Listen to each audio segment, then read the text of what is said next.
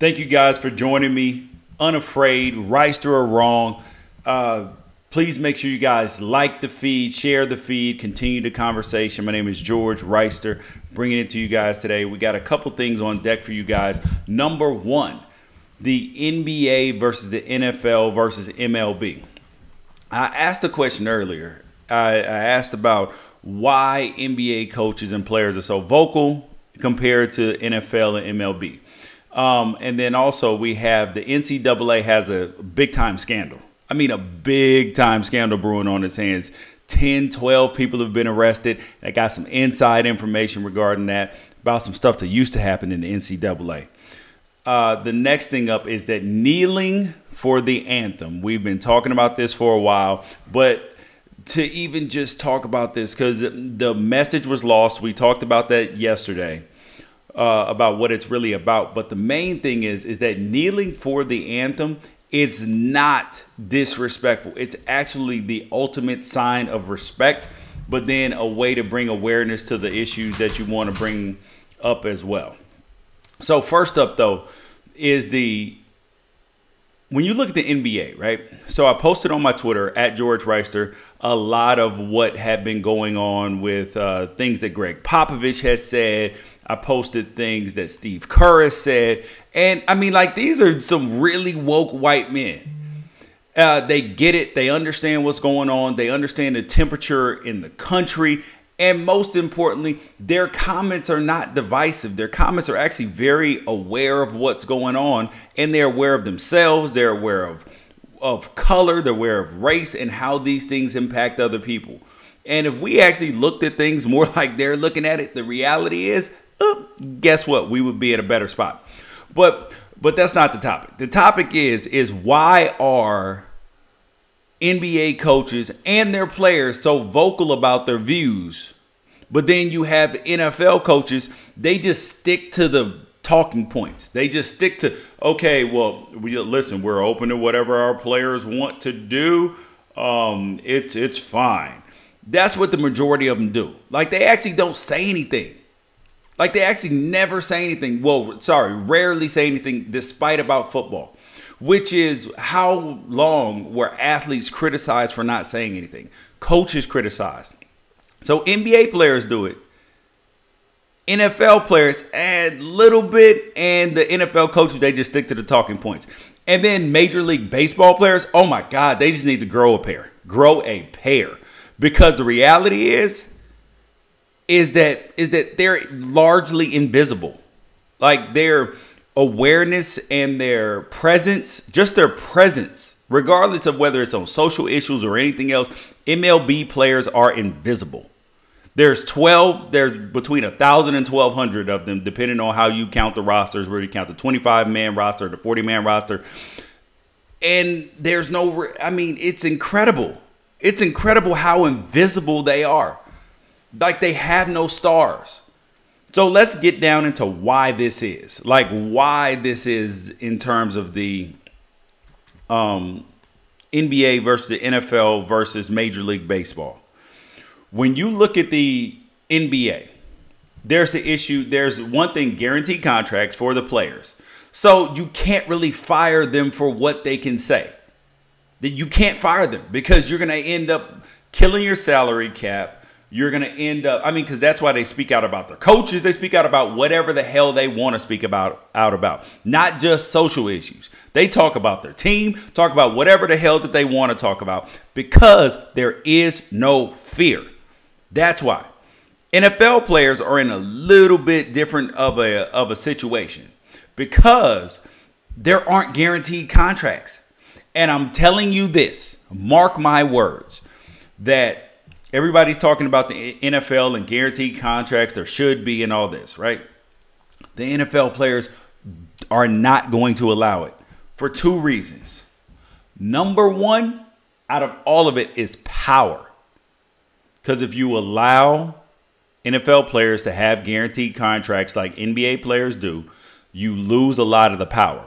Because the reality is this, there are only about 10 guys, 10, maybe 12 guys every single year on each team who can afford to miss paychecks. I know it sounds crazy to think that professional athletes are living almost check to check, right? Over the course of a year. But there is a little bit of truth to that because the majority of them aren't making over $1 million in terms of the NFL players. The majority of them are not. There's a few players who make a boatload of money and most people actually don't. Like, that's the most important part that we need to really recognize and understand about NFL players. The second reason, and so they want to keep the players poor almost, because if you can afford to miss a paycheck, then guess what? You can afford to sit out. You can strike. You can do all these things. So that's the first reason. The number one reason is power. That's why the NFL will not or is super reluctant to give up the guaranteed contracts like the NBA does. Power. That's the first reason. And the second reason has to do with control. Because the NFL owners, it's a good old boys club. Good old boys club. And so when they look at their good old boys club, they do not want anybody interfering with it. Now imagine if Dak Prescott or Ezekiel Elliott or Dez Bryant or any of these dudes had $50 million fully guaranteed. I don't mean guaranteed just for injury, but guaranteed no matter what. And they wanted to take a knee. And Jerry Jones or some owner was like, listen, you're going to get cut immediately if you take a knee. They'd be like, okay. Okay, so then give me my $50 million then and I'll go sign somewhere else. That's what the attitude would be. And that's what leads me to MLB players, Major League Baseball players, is I don't understand the lack of courage of these guys, regardless of whether it's social issues or any other issue. That's why the MLB has no stars. My son plays baseball. I love baseball. But the reality of the situation is when you look at the fact that they have 1,000 to 1,200 players. They have no stars. The reason why is because you can't celebrate. The game is stale, and they have all these freaking unwritten rules. That's why they don't speak up. Because in reality, Major League Baseball, baseball in and of itself is tough for black men. That's just the truth. Baseball has no stars. I mean, who are you going to look at? Mike Trout? He's not a star. Kids can't even recognize him out in the street. Adults can't even recognize Mike Trout out in the street. They'll be like, oh, wait, isn't he in like a Subway commercial or something? Maybe. I don't know. You look at Mike Stanton. I'm sorry, Giancarlo Stanton. You know him when he hits some home runs. That's about it. You look at Clayton Kershaw. You know more about his foundation. Bryce Harper, he occasionally says something like make baseball great again. Occasionally. Aaron Judge, big time name right now. But reality is we don't know anything about him. I'm going to give you an example. What do you know about Stanton, Trout, Harper, or Kershaw? Like, what do you actually know about them besides Clayton Kershaw has a foundation that does some great things around the world? Nothing. I'm going to throw out some other names. LeBron. Steph Curry, Aaron Rodgers, Adrian Peterson, Lonzo Ball. I could go on and on. You know actual things and tangible things about these players. That's why the games are bigger. The NFL is king. NBA is second. NBA is prince. MLB has got a bunch of old people that watch the games. Yes, the games are becoming a little bit more interesting because players are starting to create narratives and actually like bat flip and have a little bit of fun. Because baseball right now it has no stars and it has no compelling characters or storylines. Like imagine if they could actually sell you on a pitching matchup against a team. Like or a rivalry, like because this dude bat flipped or he jogged around the bases slow or anything like amazing like that. Right? Like you have with the NBA. Oh, there's Kevin Durant. He left the Oklahoma City Thunder. So now you got the Oklahoma City Thunder versus his old team. I'm sorry. So you have Oklahoma City Thunder versus the Golden State Warriors. Then you have Paul George who left and went to the Thunder. And then versus LeBron James. Where's LeBron James going next year? They have all types of storylines. In the NFL, you have guys getting to Verbal arguments. Dez Bryant versus the Josh Norman. You have the Cowboys versus the Redskins. They can sell you on these things. Baseball, what can they sell you on the Yankees and Red Sox as the best matchup? I mean, really. Dodgers, San Francisco, most people don't even know that it's a rivalry. That's the truth. And baseball ratings are awful in the playoffs, except for the World Series, like the closeout game. That's about it. And that's why it makes no sense to me, because baseball players, especially baseball players of color, right? Black baseball players, they talk about privately how difficult it is being an African American in baseball, because it starts when you're young, right? Because the reality of this is white people feel like they own baseball. Like, nope, this is our sport. We're the best at it. Nobody can touch us. And that's why my son's team, right? My son's team, I call us the UN, right? Because we are representative of every culture. We have white kids. We have a couple white kids. We have we have 3 Asian kids, 3-4 black kids, and we have an Ethiopian. We have people from all over the planet. Like, every country is represented. So I call us the UN. And when we go and play like all white baseball teams, occasionally they look over at you and you're like, oh, that's who we're playing against. That's the truth. That's the truth. Is that they look at you like, oh no, we own baseball. White people own baseball. So I don't understand why they don't speak out. It makes no sense. And then people say to me, well, they just play baseball. They just go out and play the game. Well, when you look at the game, that's why baseball is not nearly the most popular sport. It's not because they don't speak out about social issues. It's because there's nothing to talk about. I mean, baseball players, even though they have characters and they are good people out in the world doing good things, I mean, never, ever, ever do they ever say anything. They don't say anything about the team. Oh, yeah, we're just going to try to go along, have a good game today. We're going to try to win this road trip. We're going to try to win the series versus the Padres. And I mean, damn. I mean, give me something to be interested about and talk about. I mean, what in the world is going on? It's not that the sport is not popular.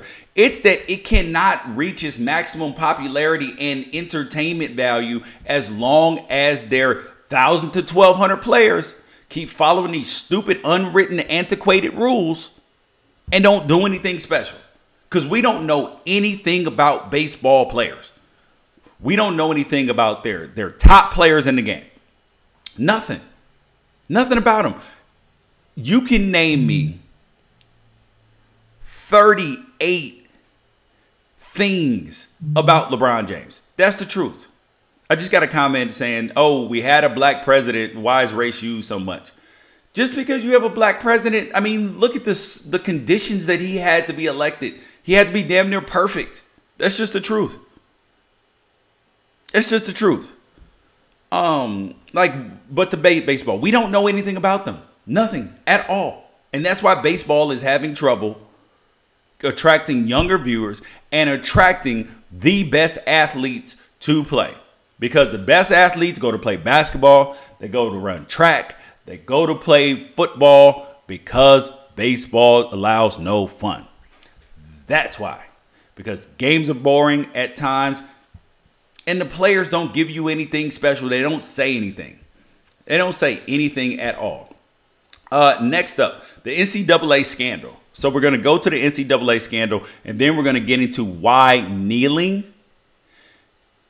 is not disrespectful to the flag. Not at all. So you guys, make sure you guys like the feed, share the feed, continue the conversation, because you guys are going to like what comes up after this. So the NCAA, which I'm always hot on, right? I'm always hot on the NCAA because it's a nonprofit business. However, there's a lot of money swinging around, and there's trickle-down economics don't get down to the players. And the idea and the notion that players are compensated and paid by their scholarship, that is an antiquated way to look at things and count things. Because when you really think about it, the economics involved in sports 10 years ago or 20 years ago or even 30 years ago are not those same economics that exist now. You have the SEC network, you have the Pac-12 network, the Big Ten network, the ACC network, and all of these conferences are money makers. They're printing money, and teams are selling more jerseys. These athletic departments are bringing in hundreds of millions of dollars, building add-ons to the stadium, 50, 60, 80 million dollars. They're selling rights to everything. The NCAA is completely money driven, but it doesn't trickle down to the players. And when you look at the value of a scholarship, $150,000, yes, that's a big deal. That is a big deal to get a free education. However, when you are adding significantly more value than what you are given, that can create a problem. And remember, in this country and just in life in general, you have a certain amount of time that you have your highest earning potential. You have your highest earning potential at a certain amount of time. And that can be when you're a teenager, might be when you're an adult, might be whenever. And you have to maximize those earnings at that point in time. And the NCAA doesn't allow that. And now they got themselves in the coinky dink. Because guess what? Another set of guys, so it's 11 or 12 guys who just got arrested for essentially trying to control where players go to school. Yes. And well, A, where they go to school, and B, controlling what agents and business managers and all that stuff they sign with. So how it works is so if I am Joe Blow assistant coach, there's assistant coach from USC, from other big schools as well. If I'm Joe Blow assistant coach and I have Tom Jones, the financial advisor, and he says to me, you know what? I want to give you $150 million. I'm sorry, I want to give you $50,000. That way you can influence Christian McCaffrey to sign with my marketing firm. Well, I'm sorry, with my financial firm. I want you to bring him. I'll give you $50,000 if you bring Christian McCaffrey. Guess what? This has been going on for a long time. I'll tell you a story. I'm not going to name any names because I know these people still right now. There was a time in the NCAA where there were tickets for sale. Is with AAU programs. Now it's happening in football programs. If you can get a kid to go to a school. So there was a person. I'll tell a story like this. There was a person who was very, very influential, and he could get high school football and basketball players to go to certain schools. Like if you say, I have George Reister here, and he's trying to decide what school he's going to go to. Okay, he's going to go to the University of Tennessee. And then the Tennessee University gives him the opportunity to buy season tickets at the stadium and then bowl game tickets and everything else first priority. So he legitimately buys them, but then he turns around and sells them to either some ticket broker or owns a part of a ticket broker and resells those. Imagine that. So there's a lot of money to be made in this. Financial firms do this. So you got to think. The kids are being manipulated again on another level. And guess what? Again, we say this is amateur athletics. This is amateur athletics. BS. This is grown people, grown man talk. We have to find a way to pay the players. Whether it's an annuity if you graduate, whether it's a percentage of jersey sales, ticket sales, whatever it is, the compensation needs to be there. And there's enough money going around for everybody. Now that's the truth.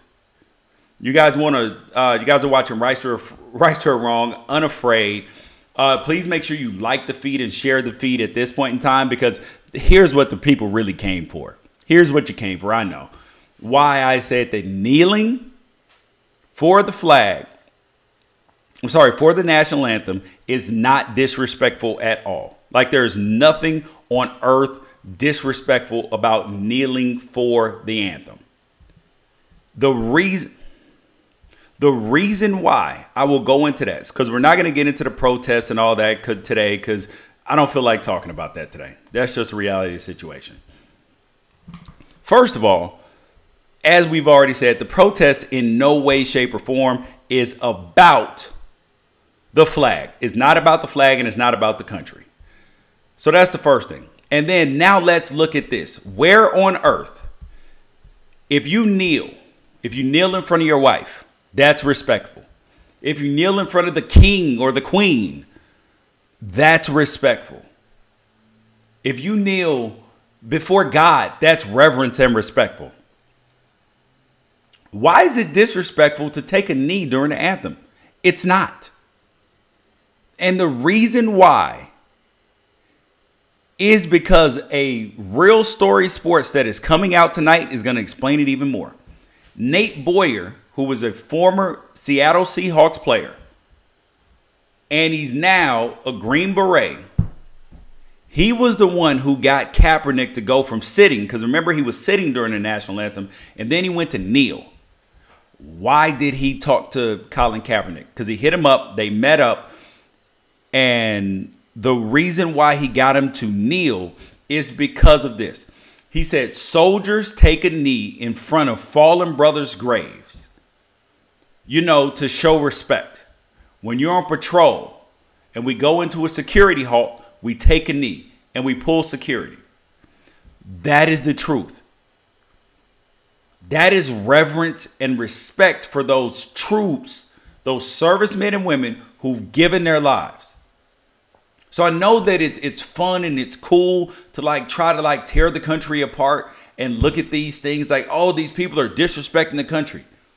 No, they're actually showing respect while calling attention to trying to help other people as well. We have to frame our minds around looking at things a different way sometimes, because the propaganda machine will constantly tell us something different. The propaganda machine will constantly say to us, oh, Alejandro Villanueva's jersey is selling because Americans want people to stand for the flag, and that's the only way to reverence and honor our country. Garbage. I did a profile on Alejandro Villanueva when I was at FS1. And good kid, great story. He's a hero, 100%. Fought for our country, came back and played in the NFL. I mean, that doesn't happen too often, and he's a starter. That's pretty special. And yes, he needs to be honored. But we can't look at jersey sales and say, oh, wow, he's got the top selling jersey in the league right now because people are so happy. Yeah, but Colin Kaepernick also had the top selling jersey in the league for an entire year and he wasn't playing. So that's just the truth of the matter. So at the point in time that we have to continue a conversation and keep talking about something and really be real and have open and honest conversations. Let's continue to have those open and honest conversations, but keep everything in perspective. Kneeling honors our country. It honors those patriots. It honors those people who have fought and died and risked their lives for us. Isn't that the question? Isn't that really the question at heart? I mean, I was on Facebook today and a comment was made to me. They said, oh, I'm so sick of these millionaire elitist athletes. And I thought that was really ironic because NFL players largely are new money. They're not old money, so you can't be elitist when you're not old money. That's the part that's just so confusing for me. Like, these words and these terms are just thrown around so loosely. Millionaire elitist athletes. But these are the same people who are front and center in the communities that they came from. They donate their time, energy, and money to their communities with their foundations, doing things. Jason Witten he champions for domestic violence. You have other people who champion for reading. You have other people who champion for every other thing in the community. LeBron James has sent over 1,000 kids to college with his foundation. People are in the communities doing things. So to refer to people as elitist athletes, yeah, nah, I'm out on that. I'm out on that. Because the biggest thing is, truthfully, we have to be willing to look at things from a different perspective than we ordinarily see them. Because if you see kneeling as disrespectful to our country, disrespectful to our flag, you are going to end up on the wrong side of history, because that's not the intent. That's not how it looks. That's how the propaganda machine wants you to take it. Thank you guys for joining me today. Unafraid, right or wrong. Please continue the conversation. Like the feed, share the feed, and most importantly, follow. Follow, that way you guys can get it every day. If you want to share it, just slide over on the Periscope app. Slide over at the bottom of the screen to your left or right, and then hit the share button. That's how you do it. All right. Appreciate you guys. You guys have a great day. Please continue the conversation. I'll see you guys tomorrow.